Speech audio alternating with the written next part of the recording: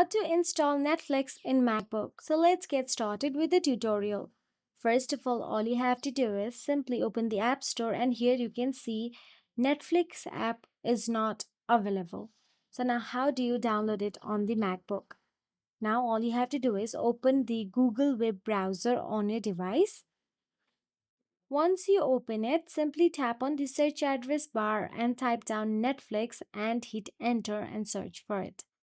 Navigate to the Netflix official website.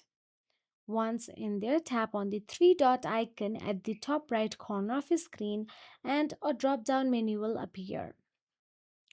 Once you do so, and from the drop down menu, tap on the cast, save, and share button available there. Then tap on the install page as app button available there and confirm the installation. It will be saved in your Chrome app. You can also change the name according to your preferences. I'll just like to keep only Netflix for now. Now you can drag and drop this Netflix app to your desktop for the easier access. Now all you have to do is double tap on it and open your Netflix app on your MacBook. And that is it. If you found this video helpful, please like, share and subscribe, and thank you so much for watching.